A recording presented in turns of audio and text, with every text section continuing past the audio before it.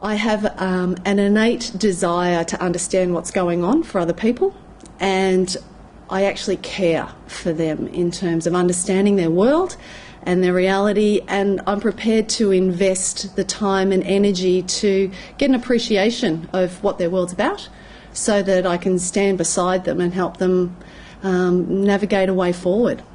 So for me, one of the most rewarding things that comes out of working in coaching is helping people realise their own potential, to recognise the things that they do particularly well and can do more of. Again, that makes a difference for them and for the organisations they work in. And then for also to recognise the things that are perhaps not working so well for them, but if they did a little bit differently, could make a huge change and impact for both them personally and for their organisations.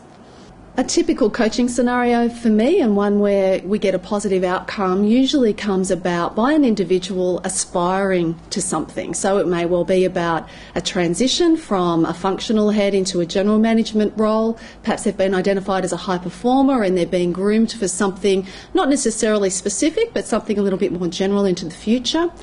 And more the work that we're doing with the ASX 200 Chairman's Mentoring Program is about supporting people who are aspiring to board positions, particularly in the top companies in Australia, and just really understanding and working with them to uncover what it is that they need to do to help them be most effective in that aspirant role. Now, for many of them, it's going to be about leveraging the things that they're already good at, and many of them know that, but they don't necessarily package it in a way or promote themselves or construct their thinking in a way that best positions them. So sometimes it's just about tweaking around the edges.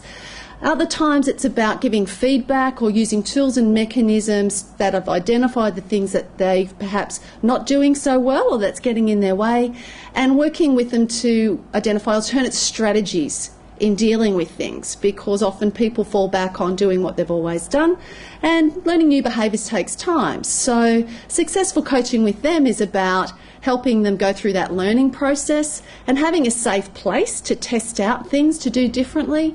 So it can be across that whole range and spectrum, and usually over a period of time, say 6 to 12 months, people find that they not only recognise the things that they do well, but they've developed the skills and capabilities that they need to leverage themselves into those roles that they're aspiring to. What makes great coaching happen is a connection between the coach and the coachee. And that's not something you can prescribe.